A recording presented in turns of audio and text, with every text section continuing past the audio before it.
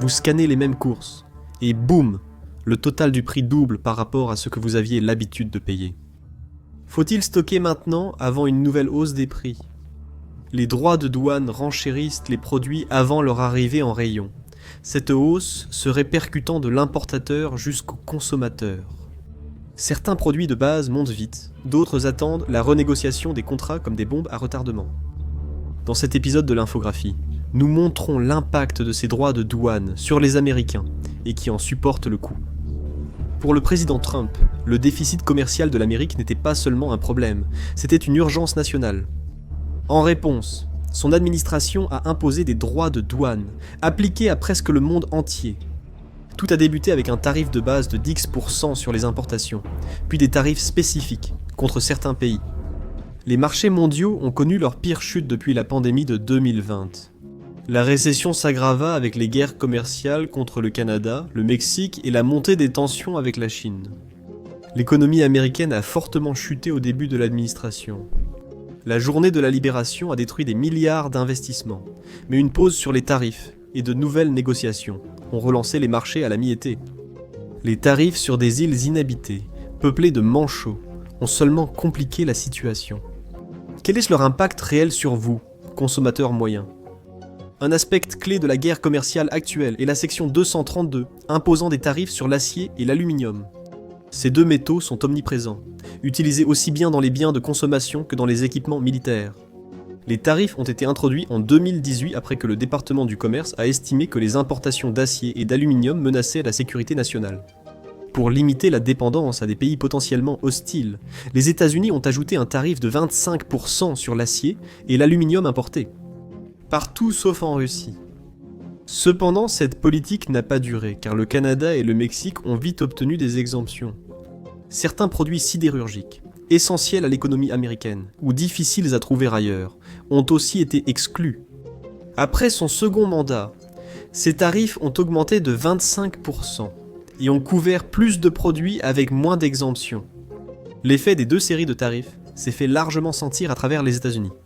Du côté positif, les tarifs ont stimulé l'investissement dans la production nationale, comme prévu, afin de renforcer la sécurité nationale. Au sein des industries minières et de raffinage, il y a eu une certaine croissance de l'emploi et même des augmentations de salaire, alors que l'attention se porte à nouveau sur la production nationale. Les effets négatifs se sont fait sentir en dehors de l'industrie des métaux. Avec la hausse de la production d'acier et d'aluminium, les prix dans les industries en aval ont augmenté en raison des coûts plus élevés. L'acier laminé à chaud, référence des prix de l'acier comme le baril pour le pétrole, a fortement augmenté entre 2017 et 2021. Les prix ont bondi d'environ 160%, passant d'environ $700 par tonne métrique à plus de $1 800. Cela reflète une hausse mondiale des prix liés à l'inflation et au Covid, mais les prix ont surtout augmenté aux États-Unis. Le prix de l'aluminium a grimpé de 45% sur la même période, les États-Unis subissant la plus forte hausse mondiale. Le United States International Trade Commission a créé une formule spécifique pour évaluer l'impact des droits de douane sur l'acier et l'aluminium. Or, Covid-19 et autres événements mondiaux, ils ont constaté que l'impact sur les industries en aval était presque entièrement négatif, les industries américaines perdant en moyenne 3,4 milliards de valeur entre 2018 et 2021. Les secteurs les plus touchés étaient la fabrication de machines industrielles, de coutellerie, d'outils à main, de composants automobiles, direction, suspension, freinage, de machines générales, d'équipements pour l'agriculture, l'exploitation minière, la construction et d'autres produits métalliques. Ces industries ont vu la valeur de leur production chuter de près de 3%, perdant un demi-milliard de dollars d'ici 2021. Pour le consommateur individuel, les prix de tout, des voitures fabriquées aux États-Unis, des outils et des appareils électroménagers ont augmenté. La construction a été touchée par la hausse des coûts chauffage, ventilation et climatisation et les perturbations de la chaîne d'approvisionnement, entraînant des retards de livraison et des coûts supplémentaires pour l'industrie américaine. Les hausses de droits de douane laissent prévoir un développement similaire aux États-Unis bientôt. Vous le sentirez surtout sur les produits en bouteille ou en conserve, comme les aliments ou boissons gazeuses, dont les prix vont augmenter. Les pièces automobiles et les appareils électroménagers devraient voir leur prix augmenter, car les producteurs américains d'acier et d'aluminium peinent à faire face à la hausse des coûts d'importation. Les tarifs de 2025 ciblent certaines pièces automobiles, en plus des taxes sur les métaux qui augmentent déjà les coûts de fabrication. Les prix des véhicules aux États-Unis devraient augmenter modérément l'an prochain. Si vous prévoyez d'acheter une maison, la hausse des tarifs sur les métaux augmentera aussi le coût d'achat immobilier. L'augmentation des tarifs touchera revêtements, accessoires et poutres, augmentant les coûts de production pour les entrepreneurs. Il n'y a pas que les acheteurs de maisons qui peuvent s'attendre à être touchés. Les petits entrepreneurs risquent d'en subir les pires conséquences. Les grands promoteurs peuvent absorber certains coûts, mais les petits entrepreneurs manquent souvent de liquidité pour gérer les fluctuations économiques. Ils peuvent s'attendre à des marges beaucoup plus serrées, ce qui les obligera à augmenter le coût de leurs offres, les rendant dans de nombreux cas non compétitifs face aux grands constructeurs. Le principal facteur de changement serait l'avenir des négociations commerciales avec le Canada et le Mexique, principaux fournisseurs d'aluminium et d'acier aux États-Unis. Toute instabilité pourrait provoquer une forte hausse des prix. Les droits de douane de la section 301, instaurés en 2018, ciblaient les importations chinoises. Selon la Commission américaine du commerce international, l'effet a été presque 1 pour 1. Les prix à l'importation ont augmenté proportionnellement, les importateurs américains assumant presque tous les coûts. Ce coût est supporté par les consommateurs, la Commission américaine ayant constaté une hausse de 7,1% des prix des meubles et armoires de cuisine. Les produits nationaux ont augmenté de 3 à 4%, à mesure que les prix des composants chinois grimpaient. Pour les semi-conducteurs et pièces électroniques, les coûts ont augmenté jusqu'à 25%.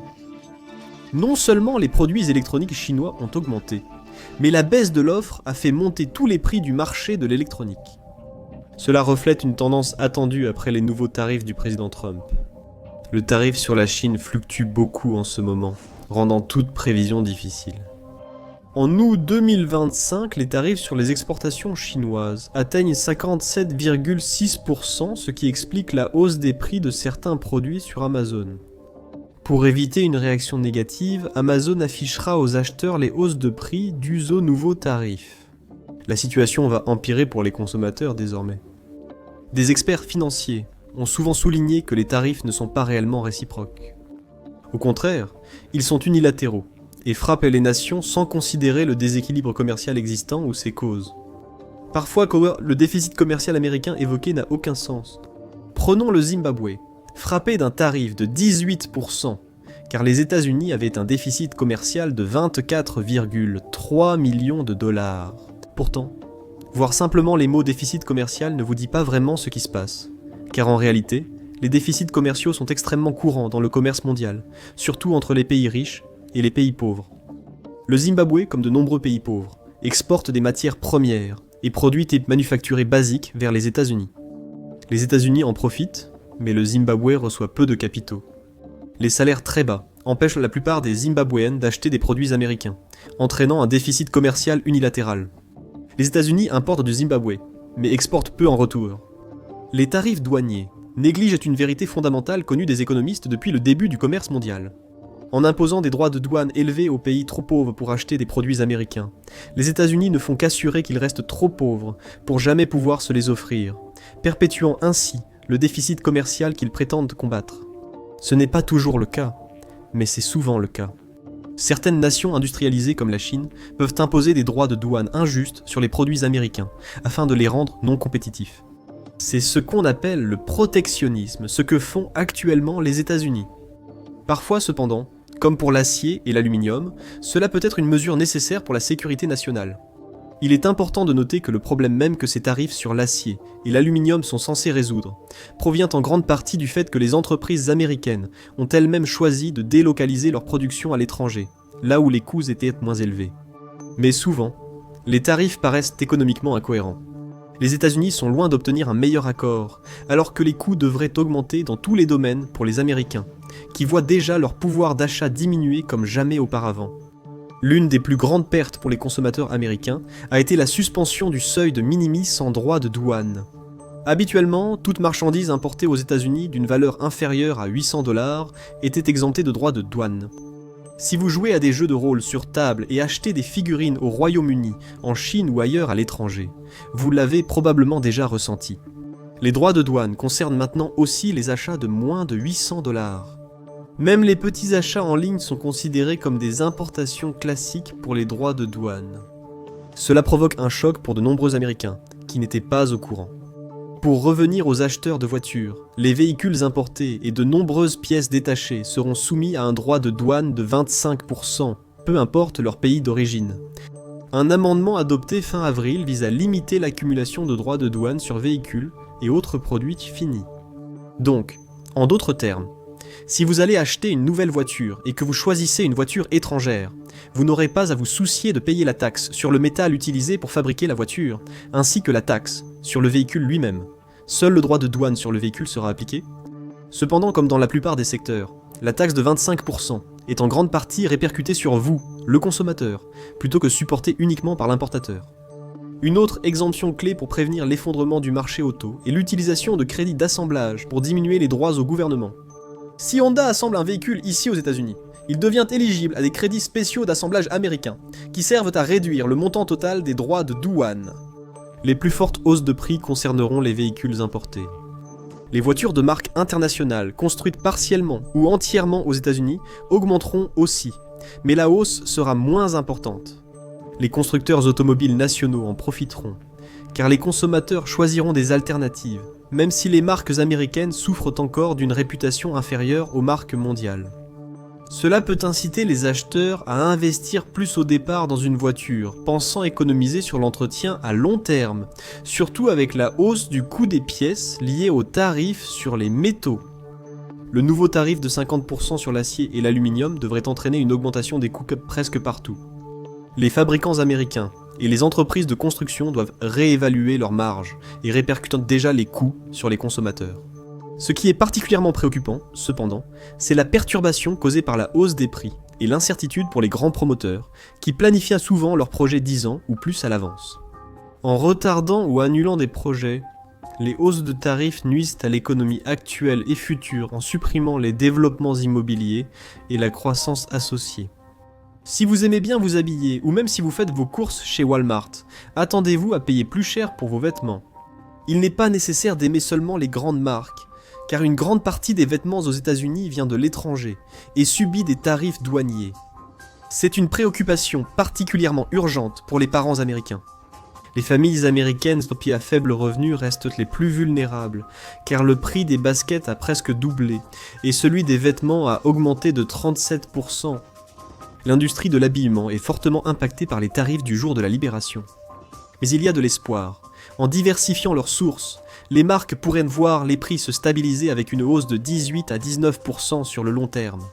La fin des exemptions de droits de douane pour les colis sous 800 $ va fortement impacter la mode rapide.